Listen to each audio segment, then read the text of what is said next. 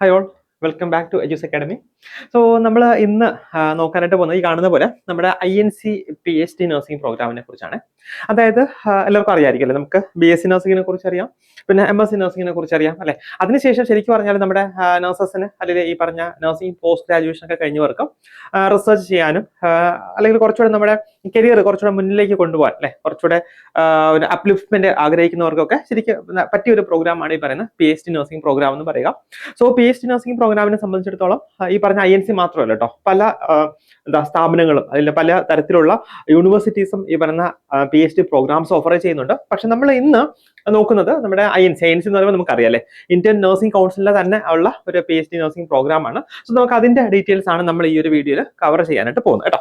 അപ്പൊ നമുക്ക് നോക്കിക്കേ, ഈ പറയുന്ന PhD നഴ്സിംഗ് അഡ്മിഷൻ അല്ലെങ്കിൽ ഇതാരാണ് ഈ പ്രോഗ്രാം നടത്തുന്നത്? അപ്പൊ ബേസിക്കലി ഞാൻ പറഞ്ഞല്ലോ, ഈ പ്രോഗ്രാം കണ്ടക്ട് ചെയ്യുന്നത് നമ്മുടെ ഇന്ത്യൻ നഴ്സിംഗ് കൗൺസിലാണ്. പക്ഷെ അവര് ചെയ്യുന്നത് എങ്ങനെയാണ്? In collaboration with Rajiv Gandhi university of health sciences കേട്ടോ, കർണാടക. നമ്മുടെ Rajiv Gandhi university of health sciences ആയിട്ട് കൊളാബറേറ്റ് ചെയ്തിട്ടാണ് നമ്മുടെ INC ഈ പ്രോഗ്രാം PhD നഴ്സിംഗ് പ്രോഗ്രാം ചെയ്യുക. ഇത് ഈ പ്രോഗ്രാമിനെ കുറിച്ച് പറയുക ശരിക്കും INC, അതായത് INCയുടെ നാഷണൽ കൺസോർഷ്യം നടത്തുന്ന PhD നഴ്സിംഗ് പ്രോഗ്രാം എന്നാണ് പറയുക കേട്ടോ. അപ്പം PhD ഡിഗ്രി അവാർഡ് ചെയ്യുന്നവരാണ് Rajiv Gandhi university of health science ആണ്.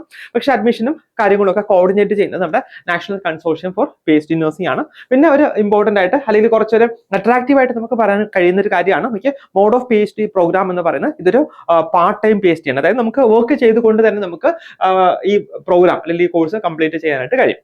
അപ്പം ഈ സീറ്റ്സ് ശരിക്കും പറഞ്ഞാൽ നമ്മുടെ ഗൈഡ്ഷിപ്പ് അല്ലെങ്കിൽ ഗൈഡ്സിന്റെ അവൈലബിലിറ്റി ഒക്കെ അനുസരിച്ചിട്ട് ഓരോ വർഷവും വ്യത്യാസം ഉണ്ടാകും. ഇത് ലാസ്റ്റ് നോട്ടിഫിക്കേഷൻ പ്രകാരമുള്ള പിന്നെ സീറ്റിന്റെ കാര്യങ്ങളാണ് പറയുക കേട്ടോ. ടോട്ടൽ അവൈലബിൾ സീറ്റ്സ് 30 ആയിരുന്നു. അപ്പൊ 30 ഇൻ ആൻഡ് അറൌണ്ട് കുറച്ച് മാറിയിട്ട് വരാം.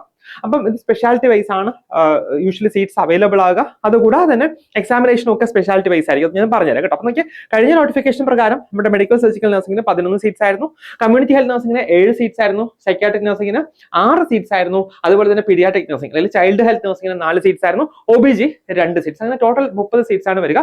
ഇത് കൂടാതെ ഇപ്പോൾ രാജീവ് ഗാന്ധി യൂണിവേഴ്സിറ്റിയുടെ അണ്ടറിൽ പഠിപ്പിക്കുന്ന അല്ലെങ്കിൽ വർക്ക് ചെയ്യുന്ന ടീച്ചിങ് സ്റ്റാഫിന് പ്രത്യേകിച്ച് ഒരു 6 സീറ്റ്സ് കൂടെ അവർ ഓഫർ ചെയ്യുന്നുണ്ട് കേട്ടോ. അതായത് 6 സീറ്റ്സ് മാറ്റി വെച്ചിട്ടുണ്ട്, അത് ഇതിന്റെ കൂടെ വരുന്നതല്ല.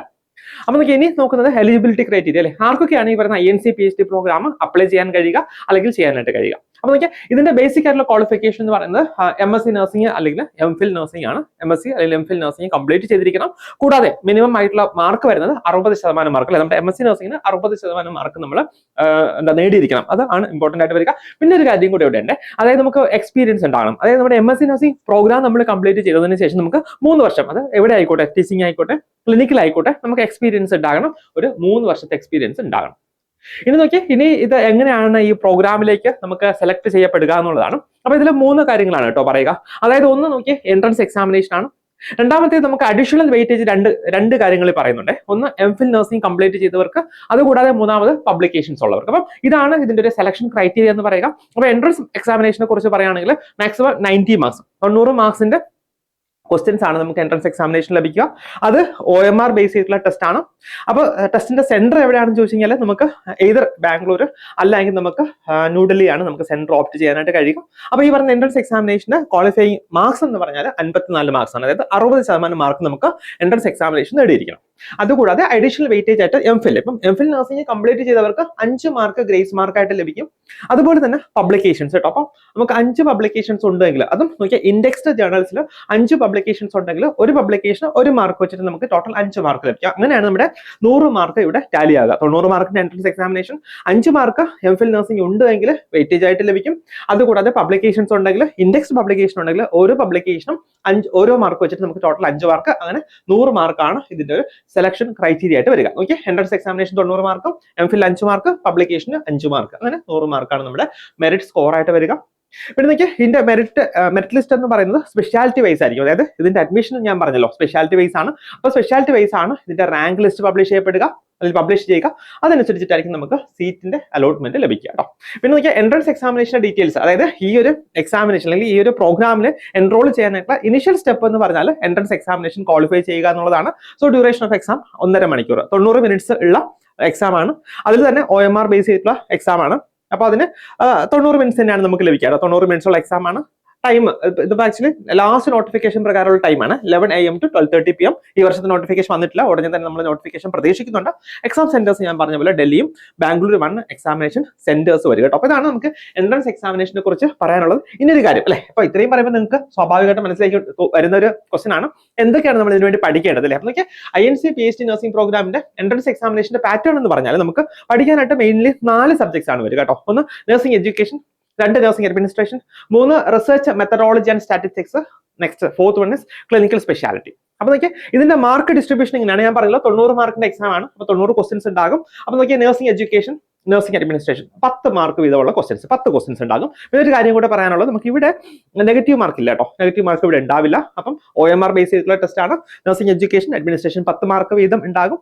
പിന്നെ റിസർച്ച് മെത്തഡോളജി ആൻഡ് സ്റ്റാറ്റിസ്റ്റിക്സ് കേട്ടോ 30 മാർക്ക്, 30 മാർക്കിന്റെ 30 ക്വസ്റ്റ്യൻസ് ഉണ്ടാകും. അപ്പൊ നോക്കിയാൽ നമുക്ക് ഇവിടെ കുറച്ച് വെയിറ്റേജ് കൊടുത്ത് പഠിക്കേണ്ടതായിട്ടുള്ള കാര്യം എന്നാണ് നമ്മുടെ റിസർച്ച് മെത്തഡോളജി ആൻഡ് സ്റ്റാറ്റിസ്റ്റിക്സ് ആണ്. പിന്നെ കൂടാതെ ഓരോ സ്റ്റുഡന്റിന്റെയും ഓരോ കാൻഡിഡേറ്റിന്റെയും ക്ലിനിക്കൽ സ്പെഷ്യാലിറ്റി അനുസരിച്ചിട്ടുള്ള 40 ക്വസ്റ്റ്യൻസ്. ഇപ്പം OBG ആണ് നിങ്ങളുടെ സ്പെഷ്യലൈസേഷൻ എങ്കിൽ 40 ക്വസ്റ്റ്യൻസ് നിങ്ങൾക്ക് OBGയിൽ നിന്നുണ്ടാകും. അതല്ല മെഡിക്കൽ സർജിക്കൽ നഴ്സിംഗ് ആണ് നിങ്ങളുടെ സ്പെഷ്യലൈസേഷൻ എങ്കിൽ മെഡിക്കൽ സർജിക്കൽ നഴ്സിംഗിൽ നിന്ന് നിങ്ങൾക്ക് 40 ക്വസ്റ്റ്യൻസ്. അതായത് ഇത് കോമൺ അല്ല, ഓരോ സ്പെഷ്യാലിറ്റി വൈസ് നമ്മുടെ ക്വസ്റ്റ്യൻസ്, സ്പെഷ്യാലിറ്റി ക്വസ്റ്റ്യൻസ് മാറിയിട്ട് വരാം. അങ്ങനെ നമുക്ക് ടോട്ടൽ 90 ക്വസ്റ്റ്യൻസ് ആണ്. പിന്നെ നമ്മുടെ ആപ്ലിക്കേഷൻ ഫീസ് എന്ന് പറയുന്നത് 3000 രൂപയാണ് നമ്മുടെ ആപ്ലിക്കേഷൻ ഫീസ് എന്ന് പറയുക.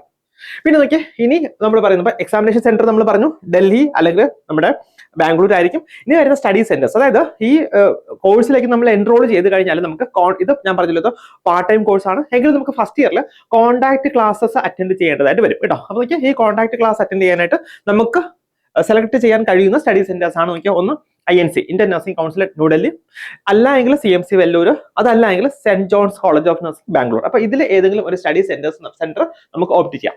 ഇനി നോക്കിയാൽ ഇനി ഞാൻ പറയുന്ന ഒരു കാര്യം, നമുക്ക് അതായത് ഞാൻ പറഞ്ഞല്ലോ നമുക്ക് നഴ്സിംഗിൽ ഏറ്റവും ടോപ്പിലേക്ക് എത്താൻ കഴിയുന്ന ഒരു പ്രോഗ്രാമാണ് ഈ പറയുന്ന PhD നഴ്സിംഗ് പ്രോഗ്രാം എന്ന് പറയുക. അപ്പൊ ഏറ്റവും ടോപ്പ് എന്ന് പറഞ്ഞാൽ അതുകൊണ്ട് അവസാനിക്കുന്നില്ല, അതിനുശേഷം പിന്നെയുണ്ട് കേട്ടോ. നമുക്ക് പോസ്റ്റ് ഡോക് ഫെലോഷിപ്പ് ഒക്കെ നമുക്ക് എടുക്കാം, PDF എന്നൊക്കെ പറഞ്ഞിട്ട് പോസ്റ്റ് ഡോക്ടറൽ ഫെലോഷിപ്പ്, അങ്ങനെയുള്ള കാര്യങ്ങൾ കുറെ ഉണ്ട്. പക്ഷെ എങ്കിലും നമുക്ക് ഓൾമോസ്റ്റ് ടോപ്പിലേക്ക് എത്താൻ കഴിയുന്ന ഒരു പ്രോഗ്രാമാണ്, ഒരു കോഴ്സാണ് ഈ പറയുന്ന PhD നഴ്സിംഗ് എന്ന് പറയുക. സോ അതിന്റെ എൻട്രൻസ് എക്സാമിനേഷന്റെ നോട്ടിഫിക്കേഷൻ നമ്മൾ ഉടനെ തന്നെ പ്രതീക്ഷിക്കുന്നുണ്ട്.